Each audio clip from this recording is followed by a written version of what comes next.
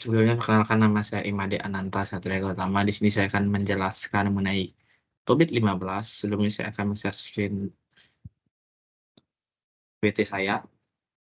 Sebentar.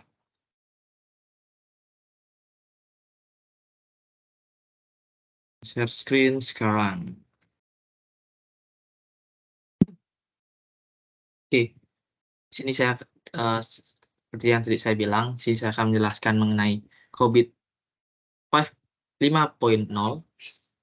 Saya bernama Imade Ananta Satria Gautama. Lanjut. Apa itu COVID 5.0? COVID 5.0 atau Control Objective for Information and Related Technology yang disusun oleh ISACA atau Information System Audit and Control Association dan ITGI atau IT Governance Institute adalah sebuah framework atau kerangka kerja yang memberikan layanan kepada enterprise, baik itu sebuah perusahaan, organisasi maupun pemerintah dalam mengelola dan manajemen aset atau sumber daya IT untuk mencapai tujuan enterprise tersebut. Oke, lanjut. Itu ada tujuan dari COVID 5.0. Yang pertama itu adalah menjaga risiko keamanan pada level yang berwenang dan melindungi informasi terhadap orang yang tidak berkepentingan atau tidak berwenang untuk melakukan modifikasi yang dapat mengakibatkan kekacauan. Yang kedua itu adalah memastikan layanan dan sistem secara berkelanjutan dapat digunakan oleh internal dan eksternal stakeholder. Yang ketiga itu adalah mengikuti hukum dan peraturan yang relevan. Selanjutnya itu adalah prinsip COVID. Yang pertama itu adalah meeting stakeholder need, yang kedua itu adalah covering the enterprise end-to-end, yang ketiga itu ada applying a single integrated framework, yang nomor 4 itu adalah enabling holistic approach, yang kelima adalah separating governance from management. Yang pertama adalah meeting stakeholder needs. Meeting stakeholder need adalah keberadaan sebuah perusahaan untuk menciptakan nilai kepada stakeholder-nya, termasuk stakeholder untuk keamanan informasi didasarkan pada pemeliharaan keseimbangan antara realisasi, keuntungan, dan optimalisasi risiko dan penggunaan sumber daya yang ada. Optimalisasi risiko dianggap paling relevan untuk keamanan informasi. Setiap perusahaan memiliki tujuan yang berbeda, sehingga perusahaan tersebut harus mampu menyesuaikan atau melakukan customize COVID-5 ke konteks perusahaan yang dimiliki. Oke, lanjut. Yang kedua itu adalah covering the enterprise end-to-end. COVID-5 mampu berintegrasi dengan sistem tata kelola perusahaan. COVID-5 mencakup seluruh layanan internal dan eksternal dari bidang IT dan juga aset-aset lain dalam perusahaan.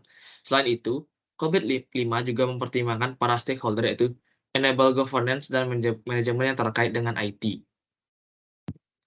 Yang ketiga adalah applying a single integrated framework, di mana COVID-5 yang membahas governance dan manajemen IT perusahaan level tinggi mampu digunakan sebagai kerangka kerja umum dan integrator pada sistem tata kelola perusahaan. COVID-5 juga mampu menyatukan berbagai pengetahuan pada kerangka kerja ISACA lainnya melalui panduan yang diberikan. Yang keempat adalah enabling a holistic approach. COVID-5 mampu mendefinisikan enabler yang mendukung pengimplementasian governance dan manajemen IT perusahaan dengan mempertimbangkan berbagai komponen yang berinteraksi. Setiap enabler dipercaya mempengaruhi enabler lain, sehingga sangat krusial dalam menentukan keberhasilan implementasi COVID-5. Yang selanjutnya itu separating governance from management.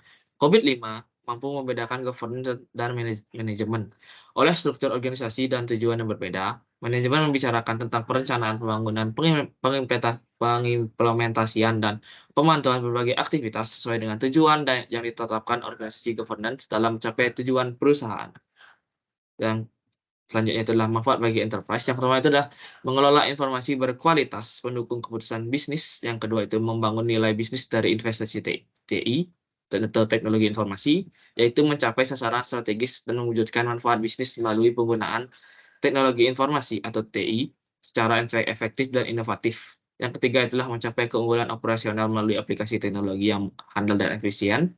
Yang keempat adalah mengelola risiko terkait TI pada level yang dapat diterima. Yang terakhir adalah mengoptimalkan biaya layanan TI atau teknologi informasi. Baik, sekian dari presentasi yang bisa saya sampaikan. Itulah gambaran umum dari COVID 5.0, di mana berisi tentang apa itu COVID-5, tujuan dari COVID-5, dan 5 prinsip dari COVID-5 dan dan manfaat bagi enterprise. Sorry, saya ulangi lagi. Itu saja, sekian dari presentasi kami saya. Terima kasih.